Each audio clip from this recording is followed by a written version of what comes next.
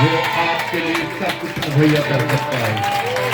वो सामर्थ्य परमेश्वर है जो अद्भुत काम आपके जीवन में करता है। उसका धन्यवाद दें। हम अपने आप को तैयार करें कि यीशु मसीह का बदन और उसका वो वाचा का लहू जो हमारे लिए तोड़ा गया और बहाया गया, जिसके द्वारा हमने शांति, हमने चंगाई अपने जीवन में हासिल की है, उसके लिए हम परमेश्वर को धन्यवाद दें। ये भाई फर्स्ट टाइम आए हैं, इसलिए इनको टेस्टमनी प्रभु ने इनके जीवन में बनाई है। हम इन्हें नहीं जानते। ये टीम वर्क रहता है हमारा, और कलीसिया का टीम वर्क होना बहुत जरूरी है। जो बाइबल बताती है भेड़ ही भेड़ को जन्म देती है। तो जो भेड़े जन्म ना दे, वो भेड़े तो हो सकती है लेकिन वो बांझ रहती है। इसलिए जन्म देने वाली भेड़ों के समान हमने टीम वर्क करना है। यदि आप कहीं पे जा रहे हो, कहीं बातें कर रहे हो, तो सबसे पहले पौलुस कहता है कि जो विश्वास में हो उन्हें अपनी संगति में ले लो। हमारी संगति में वो लोग खड़े होने चाहिए टेस्टमनी के साथ, जैसे भाई सूरज आज टेस्टमनी के साथ खड़े हुए हैं। विश्वास करो आने वाले दिनों में परमेश्वर इस परिवार को और भी ब्लेस करने के लिए जा रहे हैं। खुदा अपने नाम के द्वारा इन्हें ब्लेस करेगा, आशीषित करेगा। सो प्रभु को धन्यवाद देते हैं। आइए मेरे साथ इब्रानियों के नाम संत पौलुस रसूल का खत, उसका चैप्टर 9 वर्सेस 12 to 14, 9 बाब की 12 से लेकर 14 तक हम पढ़ेंगे और इस बात में इसके करीब के बारे में जानेंगे।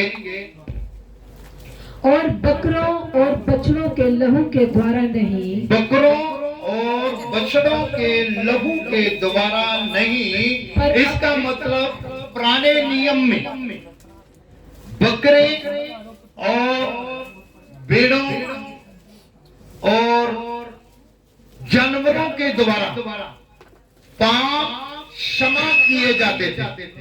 एक कुर्बानी, लहू की कुर्बानी वेदियों पर चढ़ाई जाती थी, और वो कुर्बानी के द्वारा मनुष्य अपने जीवन में ये सोच लेता था कि मैंने कुर्बानी कर दी है और मेरे पाप क्षमा हो गए, मेरी गलतियां माफ हो गई हैं, मैंने जो भी जिंदगी में किया है उसकी माफी मुझे मिल चुकी है। ये पुराने नियम के मुताबिक होता था। लेकिन जब परमेश्वर का पुत्र प्रभु यीशु मसीह इस दुनिया में आए और उन्होंने अपने आप को हम पापी और गुनाहगारों के लिए सौंप दिया, अपने शरीर पे एक महान दुख सहा और अपने प्राणों की आहुति देकर उसने हमारे लिए एक माफी का रास्ता खोला, एक क्षमा का रास्ता खोला और हमारे लिए उद्धार का जीवन हमें दिया। यहाँ पौलुस रसूल इब्रानियों के नाम खत लिखकर वो बात हमें याद दिलाता है जो पुराने नियम में हुआ करती थी। और यहाँ लिखा है बकरों और बैलों और भेड़ों के लहू के द्वारा नहीं, और अपने ही लहू के द्वारा, अपने ही लहू के द्वारा एक ही बार पवित्र स्थान में प्रवेश किया, पवित्र स्थान में प्रवेश किया और अनंत छुटकारा प्राप्त किया, और अनंत छुटकारा प्राप्त किया। हालेलुया। एक ही बार लिखा है, एक ही बार उसने अपने प्राण की मुक्ति के लिए ये सब किया और हमें भी छुटकारा दिया। हम छुटकारा पाए हुए लोग हैं। आपका छुटकारा, मेरा छुटकारा उस पाप भरी जिंदगी से, उस गुनाह भरी जिंदगी से उसी दिन हो गया था जिस दिन प्रभु यीशु मसीह ने अपने आप को मेरी और आपकी खातिर क्रूस पे कुर्बान कर दिया। और हम जानते हैं उससे पहले प्रभु यीशु मसीह ने दुख उठाने से पहले एक फसह का पर्व किया, और फसह के पर्व से पहले उसने अपने चेलों के पांव धोए और उसने साबित किया कि हम में से कोई छोटा और कोई बड़ा नहीं है, सब परमेश्वर की नजर में एक समान है। जब पांव धो रहा था तो लिखा है कि पतरस ने यीशु से मना किया और कहा कि नहीं प्रभु, ऐसा नहीं, तू तो मेरा गुरु है, तू तो परमेश्वर का पुत्र है, मैं तेरे काबिल नहीं, मैं तो बिल्कुल छोटा हूँ, तो तू मेरे पाँव ना धो पाएगा। पर यीशु ने कहा जो परमेश्वर ने ठहराया है उसे होने दे। जब पतरस बात के लिए माना तब उसने कहा मेरे पैर ही नहीं, मेरा सर भी धो दे। और प्रभु यीशु ने कहा जो नहा चुका उसे धोने की जरूरत नहीं है। Hallelujah, hallelujah. आप जानते हैं, आपने जिस दिन कदम परमेश्वर की ओर बढ़ाया, आपने अपनी जिंदगी का पश्चाताप किया, जल में खड़े होकर इकरार किया, प्रभु के साथ जीवन जीने का वादा किया, और यदि आज तक आप उस वादे पे कायम हैं, यदि आप आज उस वादे के साथ चल रहे हैं, प्रभु के साथ वफादारी से चल रहे हैं, तो पौलुस आज हमें उस बात को याद दिलाता है कि वो जमाना जो पुराने नियम में था कि लोग जानवरों की बलि करके ये सोच लेते थे कि हमारे पाप क्षमा हो गए हैं, हमारी गलतियों की माफी हमें मिल गई है। पर यहाँ लिखा है एक ही बार यीशु एक ही बार इस दुनिया में जन्म लिए, यीशु एक ही बार क्रूस पे चढ़ाए गए, और यीशु एक ही बार मुर्दों में से जी उठे, और आज भी वो जीवित खुदा है, आज भी वो जिंदा है। Hallelujah, hallelujah. मतलब हमारा छुटकारा उसी दिन हो जाता है जिस दिन हम अपने गुनाहों को मानते हैं, क्योंकि दाऊद कहता है इस बात के लिए जो कोई अपनी गुनाहों को मानता और उसे छोड़ भी देता है उन पर दया की जाती। तो ये मेरे और आपको तो खुदा की एक बहुत बड़ी दया हुई है। मैं और आज आप उसका बदन और उसका वो पाक लहू लेने के लायक इसलिए हो चुके हैं कि मेरे लिए प्रभु एक ही बार दुख उठा के चला गया, अब बार बार वो दुख नहीं उठाएगा। लेकिन कई बार हम लोग अपने कामों के द्वारा, अपने चाल चलन के द्वारा, अपने उठने बैठने बोलने स्वभाव के द्वारा परमेश्वर को हर समय दुख देते हैं, हर रोज प्रभु को दुख देते हैं। जब हम हर रोज वो काम करेंगे जो परमेश्वर जिसे पसंद नहीं करता, जिससे खुदा खुश नहीं होता, तो हम रोज परमेश्वर को क्रूस पर चढ़ाते हैं, हम रोज खुदा के दिल को दुखी करते हैं। इसलिए यहाँ पौलुस रसूल हमें सिखाता है इब्रानियों के खत में, पढ़ी इसको दोबारा, और बकरे और बछड़ों के लहू के द्वारा नहीं, हाँ, पर अपने ही लहू के द्वारा, अपने ही लहू के द्वारा एक ही बार पवित्र स्थान में प्रवेश किया, पवित्र स्थान में प्रवेश किया, और अनंत छुटकारा प्राप्त किया। क्योंकि जब बकरों और बैलों का लहू और कलोर की राख का हाँ, अपवित्र लोगों पर छिड़काया जाना, हाँ, शरीर की शुद्धता के लिए उन्हें पवित्र करता है, हाँ, तो मसीह का लहू जिसने अपने आप को सनातन आत्मा के द्वारा परमेश्वर के सामने निर्दोष चढ़ाया, तुम्हारे विवेक को मरे हुए कामों से क्यों न शुद्ध करेगा। Hallelujah, hallelujah.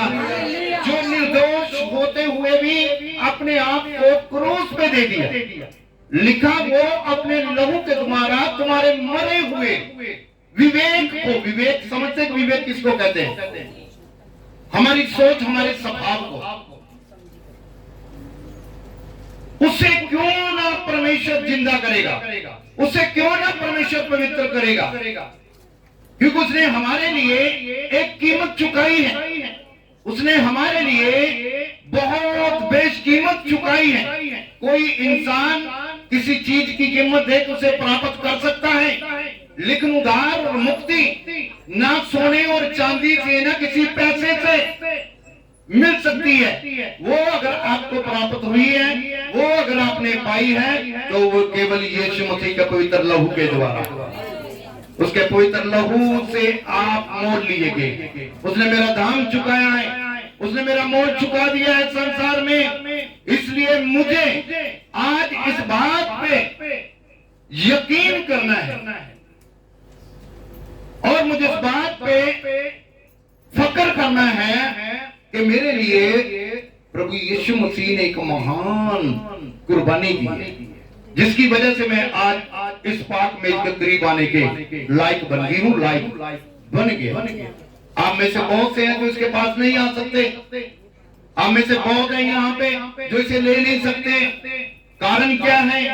कारण एक ही है कि हमने शायद आज तक उधार नहीं पाया, शायद आज तक हमने इकरार नहीं किया, शायद आज तक हमने प्रभु से माफी नहीं मांगी, शायद आज तक हमने अपने गुनाहों को बारे में कभी सोचा नहीं कि मैं क्या कर रही हूं, मैं क्या कर रहा हूं इस दुनिया में आके। वो आपके विवेक को जिंदा करना चाहता है, आपकी सोच को फ्रेश करना चाहता है। Hallelujah, hallelujah, hallelujah.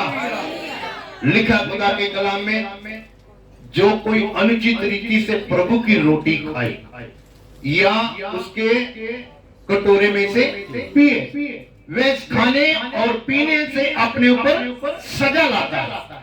इसी कारण तुम में बहुत से निर्बल और बहुत से रोगी हैं। यदि हम अपने आप को जांचते तो दंड ना पाते। पौलुस यही बात सिखा रहा है, इस वचन में यही सिखा रहा है कि पुराने नियम में, पुराने जमाने में वो होता था कि बकरों का, भेड़ों का जो लहू था उन्हें कुर्बान किया जाता था, उन्हें बलि किया जाता था, तो वो छिड़क कर लोगों को शुद्ध किया करते, शुद्ध हो। उनका ईमान था कि उससे हमारे पाप क्षमा हो गए, हमारे गुनाहों की माफी हमें मिल गई। लेकिन यहां लिखा है यीशु मसीह के बारे में, इब्रानियों खत में, कि केवल एक ही बार वो निर्दोष होते हुए भी अपने आप को उसने क्रूस पे हमारे लिए दिया। हालेलुया। इसलिए मुझे और आपको उसका इतना एहसान मंद होना चाहिए, हमें इतना एहसान मंद होना चाहिए कि कितनों में से मुझे खुदा ने ये नसीब दी है, कितनों में से खुदा ने मुझ पर अनुग्रह किया है कि मैं हर महीने इस दिन में प्रभु की उस पाक मेज के शरीक हो सकती हूँ, मैं शरीक हो सकता हूँ। Hallelujah, hallelujah, hallelujah. वो तो निर्दोष था, लेकिन हमारे ऊपर फिर भी बहुत से दोष पाए जाते हैं। हम फिर भी दोषी थे, लेकिन उसकी दया हम पर हुई, उसका अनुग्रह हम पर हुआ और परमेश्वर ने हमें उस दोष भरी जिंदगी से आजाद करके अपने कामों के लिए, अपनी सेवा के लिए हमें ठहरा दिया है। Hallelujah, hallelujah. आज 9 की 25 और 26 पढ़ लें। 9 की 25 और 26। ये नहीं कि वह अपने आप को बार बार चढ़ाए, ये नहीं कि वो अपने आप को बार बार क्रूस पर चढ़ाए। हाँ, जैसा कि महायाजक, जैसा कि महायाजक प्रतिवर्ष दूसरे का लहू लिए, दूसरों का लहू लिए हुए पवित्र स्थान में प्रवेश किया करता है। यानी प्रतिवर्ष साल के 12 महीने, हम महीने के बाद यहाँ पे आते हैं ना, फर्स्ट वीक में, फर्स्ट संडे में हम पाक मेज के करीब आते हैं। यहाँ पे लिखा महायाजक के बारे में। उस जमाने में जो महायाजक था वो प्रतिवर्ष हर साल हर महीने वो कुर्बानी का वो लहू लेकर वहां पे जाता था और जाके नियम के अनुसार वो ये सब करता था। लेकिन यहाँ पे ये बताया, पौलुस ने ये बताया है कि जब परमेश्वर के पुत्र प्रभु यीशु मसीह, जो निर्दोष होने के नाते भी अपने आप को क्रूस पे मेरे और आपके गुनाहों के लिए जिसने दे दिया, महान दुख उसने अपने ऊपर सह लिया, उसकी कुर्बानी के बारे में आज सोचने की जरूरत है। हमें वो पुराने नियम में क्या होता था उसके बारे में जानने की जरूरत नहीं है, क्योंकि अब जो अधिकार है वो यीशु मसीह के पास है। उस जमाने में जो अधिकार था संसार का, वो परमेश्वर ने जाजकों के हाथ में दे रखा होगा, वो नबियों के हाथ में होगा। लेकिन आज जो स्वर्ग और जमीन पर अधिकार दिया वो प्रभु यीशु मसीह के पास। हालेलुया।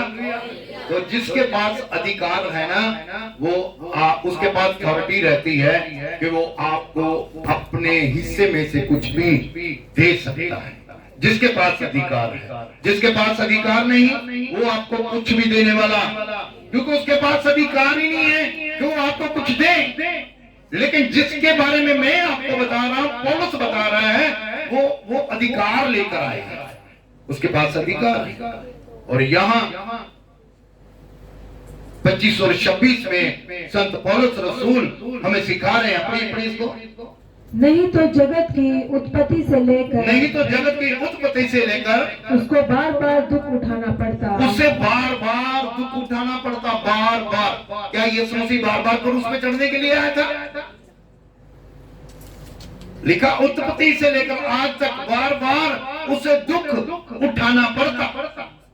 वो एक ही बार था, वो एक ही बार हुआ है दुनिया में, वो बार बार रिपीट होने वाला नहीं। बेशक हम उसकी याद में ये सब करते हैं, क्योंकि यीशु ने ही कहा मेरी याद में तुम ये किया करो। ये उसकी याददाश्त है, ये याद ताजा करती है हमें। वो बार बार क्रूस पे नहीं चढ़ा, वो बार बार क्रूस पे नहीं चढ़ेगा। उसने एक ही बार पूरे संसार के लिए, सारी कायनात के लिए, सारी कौमों के लिए उसने अपना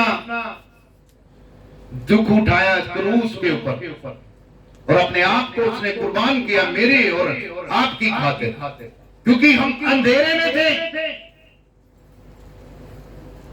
हमें राह नहीं मिल रही थी। लिखा खुदा के कलाम में, हम तो भटकी हुई भेड़ों के समान थे, हम सबने अपना अपना रास्ता चुन लिया था।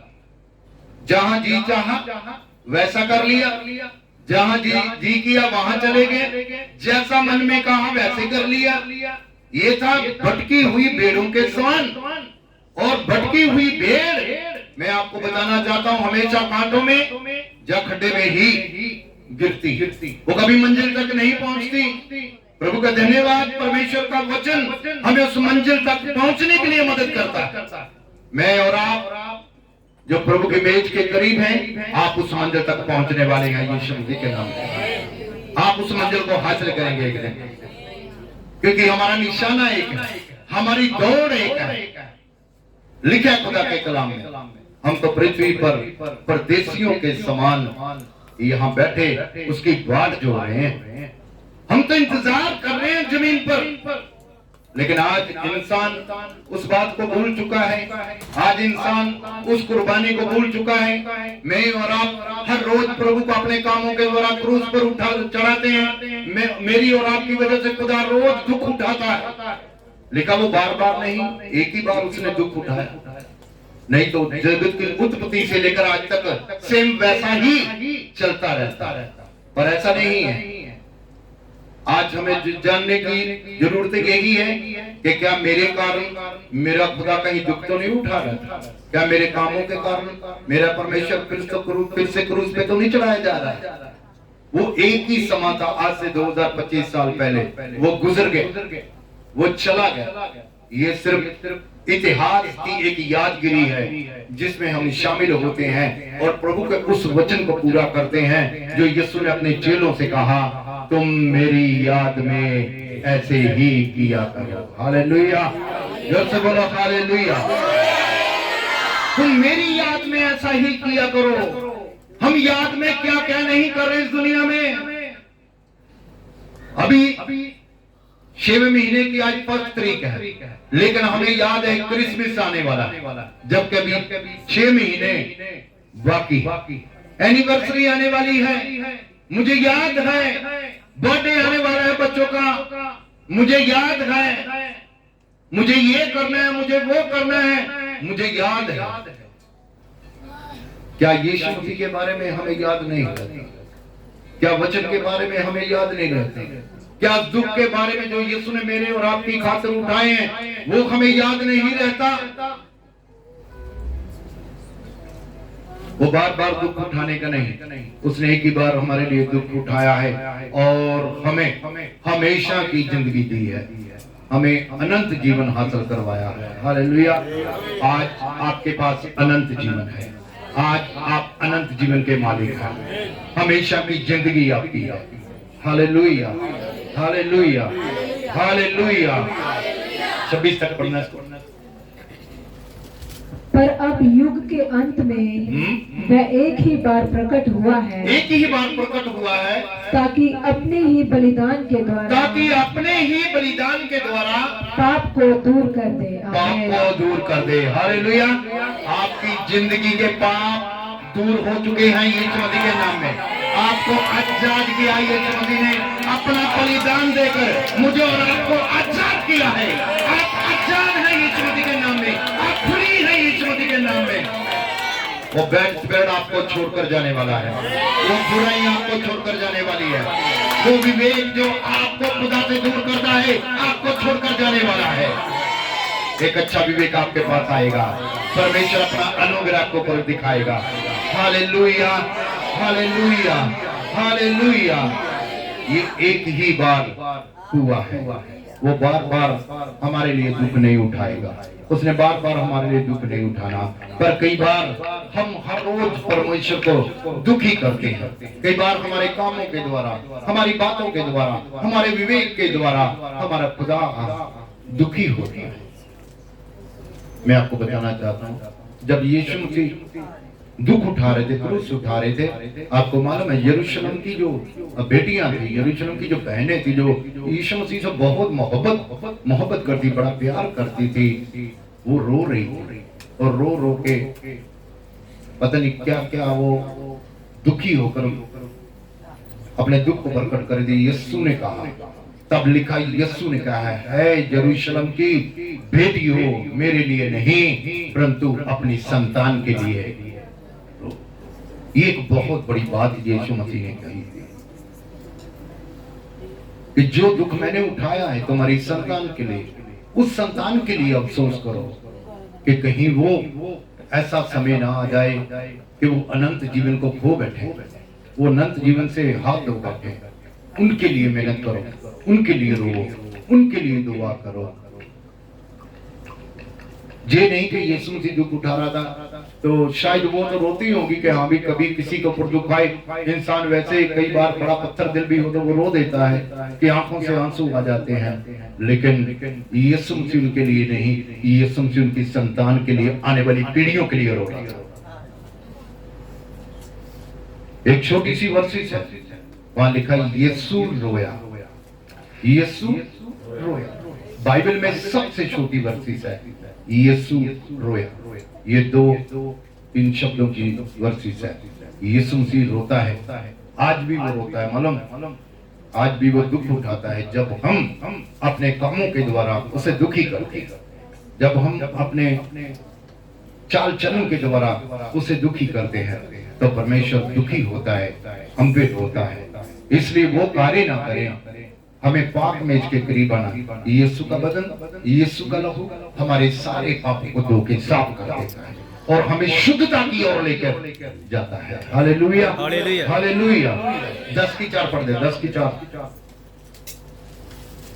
क्योंकि ये अनहोना है, क्योंकि ये अनहोना है कि बैलों और बकरों का लहू पापों को दूर करे। पापों को दूर करे। कभी हो सकता है अगर बैल और बकरे चढ़ा के हमारे पाप क्षमा हो जाए तो फिर तो सब कुछ करो। और यहाँ बोलते हैं ये अनहोना है। अनहोना मतलब कभी हो ही नहीं सकता, ये पॉसिबल ही नहीं है कि किसी जानवर को बलि कर दो, किसी जानवर को बलि चढ़ा दो, उसका लहू लेकर कुर्बानी करके किसी वेदी पर किसी जगह पे चढ़ा दो तो तुम ये समझो कि तुम्हारे पाप क्षमा हो गए, तुम ये समझो कि तुम छुटकारा पा चुके। ये अनहोना है। जैसे आज हम लोग जानते हैं कई बार लोग दुनिया में आप देखते ही हैं, कई लोग बकरे चढ़ाते हैं, कई लोग बैल चढ़ाते हैं, कई लोग भेड़ चढ़ाते हैं, कुछ ना कुछ कुर्बान करते हैं, उनकी बलि दी जाती है। यहाँ पौलुस कहता कभी हो ही नहीं सकता, ये अनहोना है, ये पॉसिबल नहीं है कि वो तुम्हारे पापों को दूर करे। पाप को दूर करने की एक महान शक्ति, एक महान और सामर्थ्य ऐसे इंसान की जरूरत होती है जो अद्भुत हो। वो यीशु मसीह था, उसके लहू के द्वारा हमारी मुक्ति है, उसी के लहू के द्वारा हमारा छुटकारा है। इस बात को याद रखो। कई बार हमारे मसीहत में भी बहुत सी कमियां हैं, बहुत सी गतियां पाई जाती है। कई लोग सोचते ये करो, वो करो, शुक्रगुजारी कर लो, ये कर लो, वो कर लो, तो शायद हमारा काम जो पॉसिबल हो जाएगा। लेकिन ऐसा नहीं। यहाँ तो कुर्बानी के बारे में लिखा है, ये तो हो ही नहीं सकता कि बकरों का और बैलों का लहू अगर हमारे पापों को क्षमा कर दे, या हमसे दूर कर दे, तो इससे बढ़ के और क्या चाहिए इंसान को। साल के बाद एक बकरा लिया, एक भेड़ ली, उसे कुर्बान कर दिया, आपके पाप क्षमा। लेकिन पौलुस कहता है, खुदा का कलाम कहता है, ये अनहोना है, ये हो ही नहीं सकता कि ये कुर्बानियां आपको गुनाहों से छुटकारा दे। अगर कोई आपको छुटकारा दे सकता है तो वो परमेश्वर का पुत्र यीशु मसीह, उसकी महान कुर्बानी के द्वारा मैं और आप छुटकारा पाए हुए लोग हैं। हालेलुया। यदि आप यशायाह 53 पढ़ते हैं, उसकी 5 और 6 आयत को पढ़ते हैं, वहां पढ़ के देखो कि मेरा और आपका छुटकारा किस रीति से हुआ है, हम कैसे आजाद हुए हैं, हम कैसे इस लायक बन गए हैं कि हम यीशु मसीह का बदन और यीशु मसीह के लहू को हासिल करते हैं हर महीने पहले हफ्ते। परंतु वह हमारे ही अपराधों के कारण। अब किसके कारण यीशु मसीह ने दुख उठाया? बोलो हमारे, मिलकर बोलो हमारे, सभी बोलो हमारे। लिखा है वो हमारे ही अपराधों के कारण घायल किया गया। घायल मतलब जख्मी किया गया। वह हमारे अधर्म के कामों के कारण। अब वो हमारे अधर्म के कामों के कारण कुचला गया। वो कुचला भी गया। हमारी ही शांति के लिए, हमारी ही शांति के कारण उस पर ताड़ना पड़ी, उसके ऊपर ताड़ना भी पड़ी कि उसके कोड़े खाने से, उसके कोड़े खाने से मैं और आप चंगे हो चुके हैं यीशु मसीह के नाम में। उसके कोड़े खाने से मैंने और आपने चंगाई पाई है। उसके कोड़े खाने से मेरे और आपके स्वभाव जी उठे हैं। उसके कोड़े खाने से मेरा और आपका विवेक शुद्ध हुआ है। Hallelujah, hallelujah. ये है, ये लिखा है खुदा के कलाम में कि मेरे ही कारण, मेरे ही अपराधों के कारण, मेरे ही अधर्म के कारण यीशु मसीह ने दुख उठाया है। मेरी ही गलतियों के कारण उसके शरीर पर ताड़ना पड़ी है, उसको कोड़े मारे गए हैं। या इसके करीब आ जाना आपके लिए आसान हो सकता है, मेरे लिए आसान हो सकता है, लेकिन आपकी इसकी अंदरूनी बातों को नहीं जानते। बहुत खुश नसीब है आप और मैं जिसको प्रभु ने इस कार्य के लिए चुना है। लेकिन आज भी मुझे और आज आपको सोचने की जरूरत है, उसकी महान कुर्बानी क्यों हुई है, उसने इस लायक मुझे क्यों ठहरा दिया है? क्योंकि मैंने अपराध किए थे, मैंने अधर्म किए थे, लेकिन कोड़े उसने खाए, मार उसने खाए। कभी नहीं हो सकता, ये दुनिया में कभी हो नहीं सकता कि कत्ल मैंने किया हो और सजा मेरा भाई ले ले, या कत्ल आपने किया तो आपकी जगह पे कोई और सजा काट ले। ये कभी नहीं हो सकता। लेकिन उसका प्रेम कैसा है, उसकी मोहब्बत मेरे और आपके लिए कैसी है कि मेरे गुनाहों की खातिर, मेरे अपराधों की खातिर उसने आपको सौंप दिया, अपने आप को सौंप दिया और दुख उठाया, ताड़ना सही, घायल हो गया, जख्मी हो गया, फिर भी उसके कोड़े खाने से मैं और आप चंगे चुके गए। कोड़े उसको पड़े और चंगे हम हो चुके हैं। हालेलुया।